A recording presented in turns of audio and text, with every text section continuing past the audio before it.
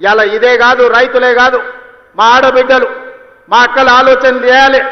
ఆనాడు 10 ఏళ్లలో ఎట్లుండే పరిస్థితి, ఎన్నడన్నా మీరు ఎట్లున్నారని ఎవరన్నా అడిగినరా అక్క? ఓట్లు వచ్చినాడు మీ ఓట్ల కోసమే వచ్చిండ్రు తప్ప మళ్ళీ ఎన్నడన్నా మీరు ఎక్కడున్నారు ఎట్లున్నారని ఎవరన్నా అడిగినరా?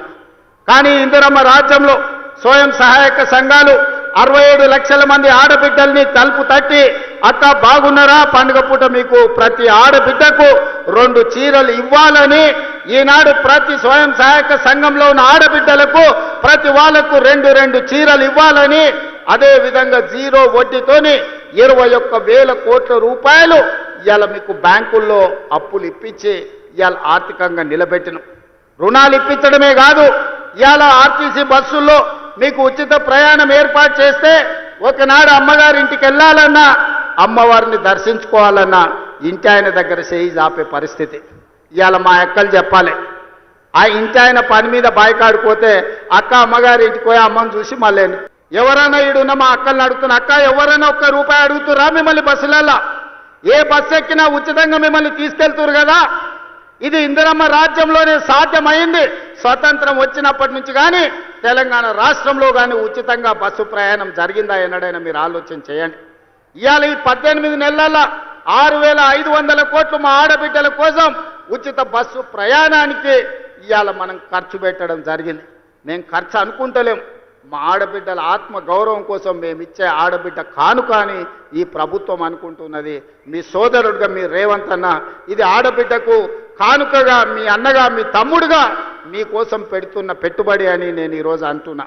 అదేవిధంగా ఇవాళ ఉచితంగా ఆర్టీసీ బస్సులో ప్రయాణం చేయడమే కాదు, ఈ ఆర్టీసీ బస్సులకే యజమానులను చెయ్యాలని ఆడబిడ్డలకు 600 బస్సులు కొనిచ్చి ఆర్టీసీకి కిరాయికి పెట్టి ఇవాళ 600 బస్సులు 1000 బస్సుల వరకు పెంచాలి.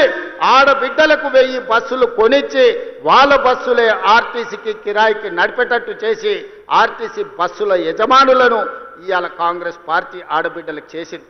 ఇదే కాదు, 200 యూనిట్లు ఉచితంగా మీ ఇంటికి కరెంట్ ఇవ్వడమే కాదు, విద్యుత్ ఉత్పత్తి చేసే మీకు సోలార్ పవర్ ప్లాంట్స్ మీకు ఇచ్చి, ఒకనాడు సోలారు విద్యుత్ ఉత్పత్తి అంటే అదాని అంబానీలే చేసుకునేటోళ్ళు, కానీ ఇవాళ మా ఆడబిడ్డలు సోలారు విద్యుత్ ఉత్పత్తి చేస్తున్నారు.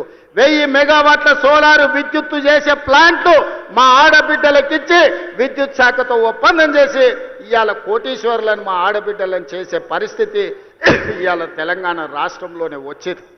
అదే కాదు, ఆనాడు పెట్రోల్ బంకులు అంటే అంబానీలు నడుపుకునే రిలయన్స్ పెట్రోల్ బంకులని, కానీ ఇవాళ స్వయం సహాయక సంఘాలకు జిల్లా కేంద్రాలలో ఎక్కడెక్కడ ప్రభుత్వ స్థలాలు ఉంటే స్వయం సహాయక సంఘాలకు మీకు స్థలాలు ఇచ్చి పెట్రోల్ బంకులు నడిపించి రిలయన్స్ అంబానీలతో పోటీ పడే విధంగా ఇవాళ పెట్రోల్ బంకులు నడిపించే బాధ్యత మా ఆడబిడ్డలకు మా అక్కలకు ఇచ్చినాం. ఇవాళ పాఠశాలలు గ్రామాలలో ఉండే బడులు అమ్మ ఆదర్శ పాఠశాల పేరు మీద పాఠశాలల నిర్వహణ ఇవాళ మీకే ఇచ్చినాం. పాఠశాలకు హాస్టళ్లకు కూరగాయలు కొనుగోలు చేసే కాంట్రాక్టు మీకే ఇచ్చినాం. ఇవాళ పిల్లలకు బట్టలు కుట్టే బిజినెస్ ఇవాళ మీ చేతుల్లో పెట్టినాం. తల్లి చేతుల్లో పెడితే బిడ్డకు ఎట్లాంటి బట్టలు కుట్టాలనో సమయానికి ఎట్లా ఇవ్వాలనో అక్కలు చెల్లెండ్లు ఇవాళ ఇస్తారు అని చెప్పి అది కూడా మీ చేతుల్నే పెట్టినాం. ఇవాళ పిల్లల అటెండెన్స్ పంతులు తీసుకుంటే పంతుల అటెండెన్స్ మా అక్కలు తీసుకునేటట్టు గ్రామాలలో తండాలలో గూడాలలో మారుమూల పల్లెల్లో ప్రభుత్వ పాఠశాలల్లో మంచి చదువు చెప్పించాలి. పేదల పిల్లలు డాక్టర్లు లాయర్లు ఇంజనీర్లు కావాలి, ఐఏఎస్లు ఐపీఎస్లు అయి రాజ్యాలు ఏలాలి అని ఇవాళ ప్రభుత్వ పాఠశాలల్లో మంచి చదువులు అప్పజెప్పే కార్యక్రమాన్ని మా ఆడబిడ్డల చేతిలో పెట్టినాం. ఇవాళ మీ చదువుకున్న పిల్లలు ముఖ్యంగా నల్గొండ జిల్లా ఉస్మానియా యూనివర్సిటీ కేంద్రంగా ఏ ఎస్ఐ మా మహబూబ్నగర్ జిల్లాలో ఎవరిని గదులు ఇచ్చినా ఏం పేరయ్యా ఏ ఊరయ్యా అంటే ఎవరైనా నల్గొండ జిల్లా అని చెప్తారు. ఇవాళ ఎస్ఐలు కానిస్టేబుల్ ఇవాళ డిఎస్పీలు అంటే నల్గొండ జిల్లా కేంద్రం.